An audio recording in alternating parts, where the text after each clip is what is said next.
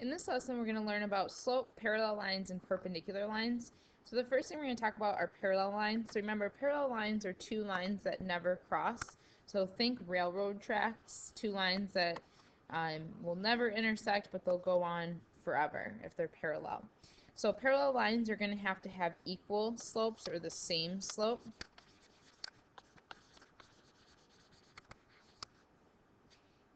And if we're given an example here where we have coordinates and we want to decide if the lines are parallel, what we're going to have to do is we have to figure out their slopes and then see if they're the same.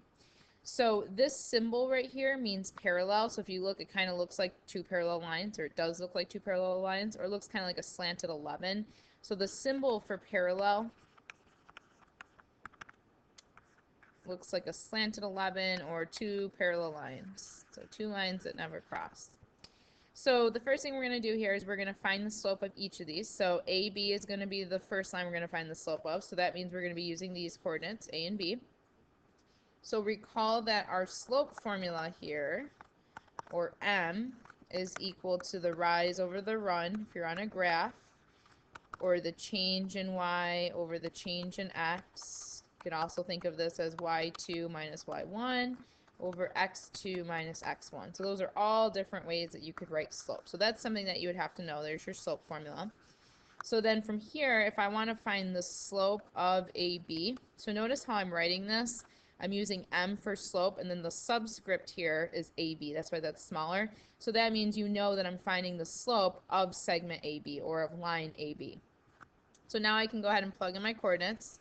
So I'm going to subtract the y values, so 9 minus 5, and then I'm going to subtract the x values on the bottom, so I get 3 minus 1.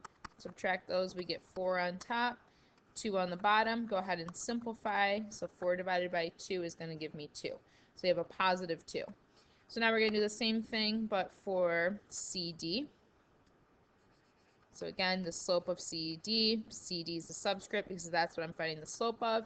You're going to subtract your y values.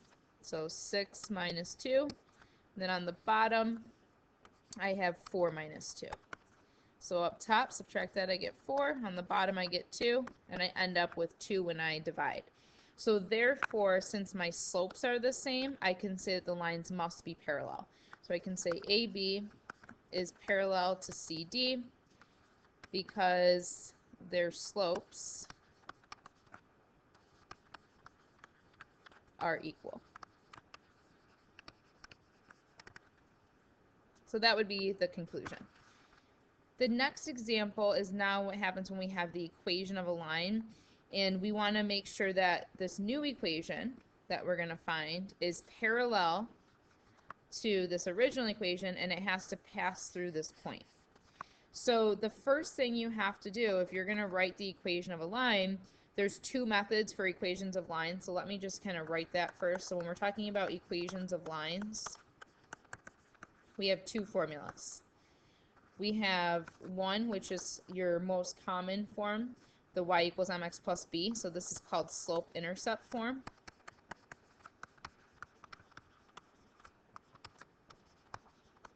So this is y equals mx plus b, where m is your slope and b is your y-intercept. And then the other form of an equation of a line is called the point-slope form.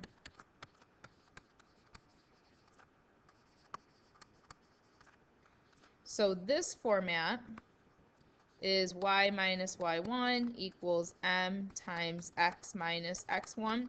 This really just comes from the slope formula. Basically, if you were to solve for m, you would end up with the slope formula because you would divide by x minus x1, which is really the slope formula. So in this formula, we still have our slope, but you also have a point. And the point is going to be the x1 comma y1. So that's why it's called point slope, because you have to know two things, the slope and the point. Where the other one, the first one, was called slope-intercept form because you have to know two things, the slope and the y-intercept. So this is just kind of something that you need to know for this section, or anytime you're graphing lines or you're writing an equation of lines, these are your forms.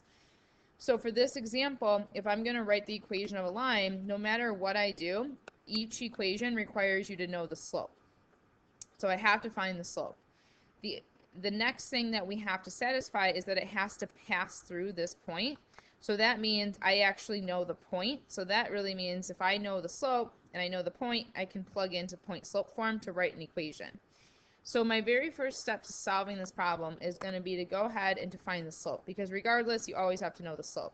So to actually solve this problem, my first step is you got to figure out the slope. So the slope of my original line here is -2. So there's my y equals mx plus b format. So my slope is -2. So if I'm talking about the parallel slope, well, that's also going to be -2. And then the second step here is I can go ahead and write my equation because I know my point, so I know my x1 comma y1. I know my slope, and now I can plug into point slope form. So I'm going to use point slope form just because I already know the point and I know the slope.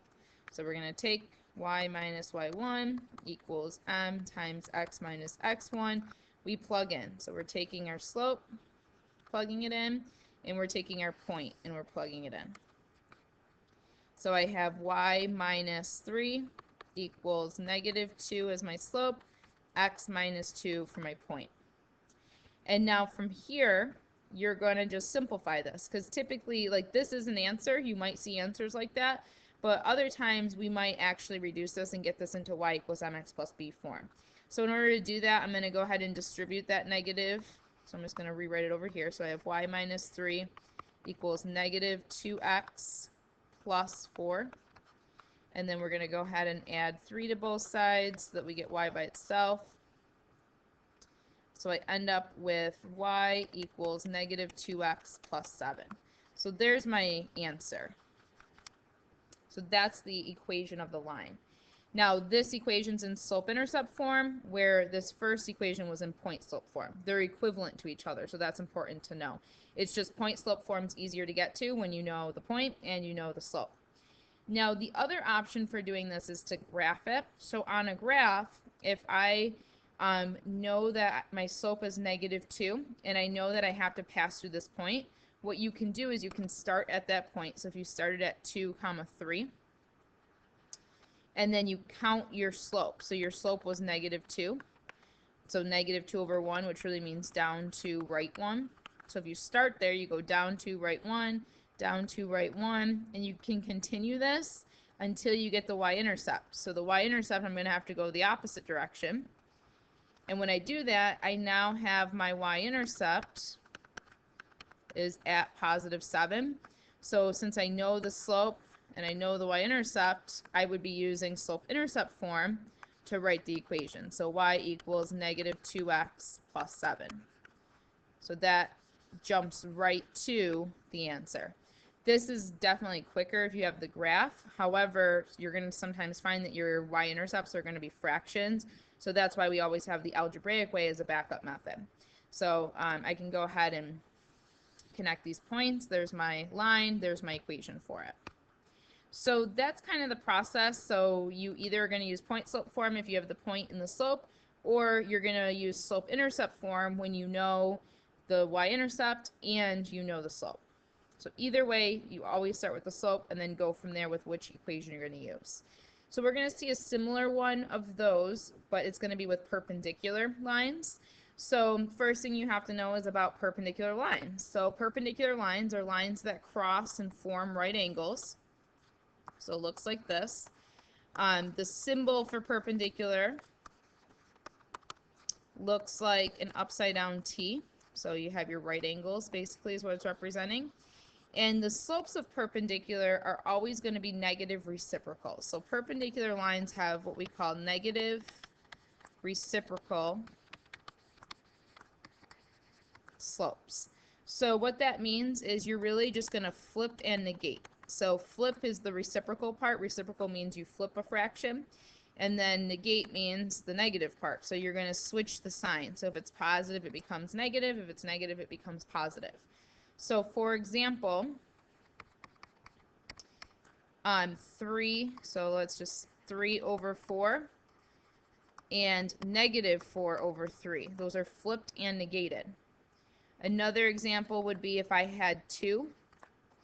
If I flip and negate that, well, that's really over 1. So flip and negate that, it becomes negative 1 over 2. So those are examples of negative reciprocals. So using that, let's go ahead and find this last equation here. So this says find the equation of a line. So remember, you're thinking about the two forms. You're thinking about point slope and slope intercept, whatever is going to be easier. We're given a point that it has to pass through, and it has to be perpendicular to a line whose equation is y equals 1/3 x plus 5. So the first thing you always need to know when you're doing these is you need to know the slope. So the slope of the original is 1/3, which means the perpendicular slope, you're going to flip and negate that. So it's going to flip, become 3 over 1, negate it, it'll become negative 3 over 1, which is just the same thing as saying negative 3. So the next thing, once I know the slope, is I need to write my equation. So we can decide if we're going to use our point slope form or if we're going to use our slope intercept form. In this case, you really could get away with either, and here's why.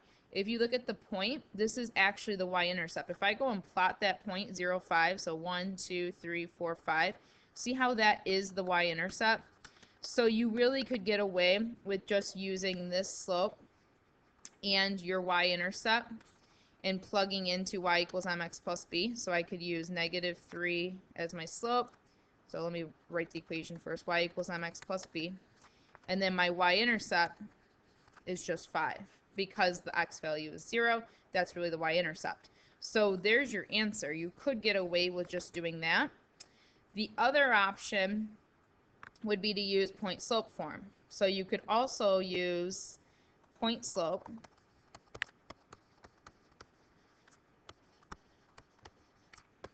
which means y minus y1 equals m times x minus x1. So again, you have your x1, y1, you have your slope. Most important thing here is that you're plugging in the perpendicular slope. You're never going to plug in the original if it's perpendicular. If it's parallel, you plug in basically the original because the slopes are equal. Perpendicular, it switches. So make sure you always use the perpendicular slope. So then I'm going to plug in. So I have 5 for y1. My slope is negative 3. And my x1 is just 0. So when I simplify this, you have negative 3 times x, because those x minus 0 is just x. Bring the 5 over, and you get the exact same answer as your slope intercept form. So for this type of problem, if you're given the intercept, you're probably better off just using y equals mx plus b, your slope intercept form. But if you're not sure and you see it as a point, well then plug in the point slope, you're going to get the same answer. In the end, it doesn't matter.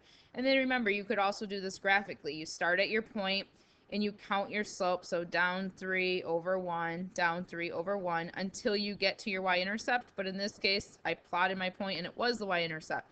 So really, when you graph, you're only graphing to find the y-intercept so that you can plug into y equals mx plus b. So your first step for these is always to find the slope and then just decide which equation is more convenient to plug into. Do you know the y-intercept or do you know a point? And then you just pick which equation to plug into. So that's basically the process. So parallel lines have the same slope, perpendicular, flip and negate. So from here, go ahead and do the check your understanding problems. So keeping those key ideas in mind. Parallel lines, same slope, perpendicular, flip and negate, and then the process you have if you're going to use point slope form or if you're going to use slope intercept form when you write your equations of lines.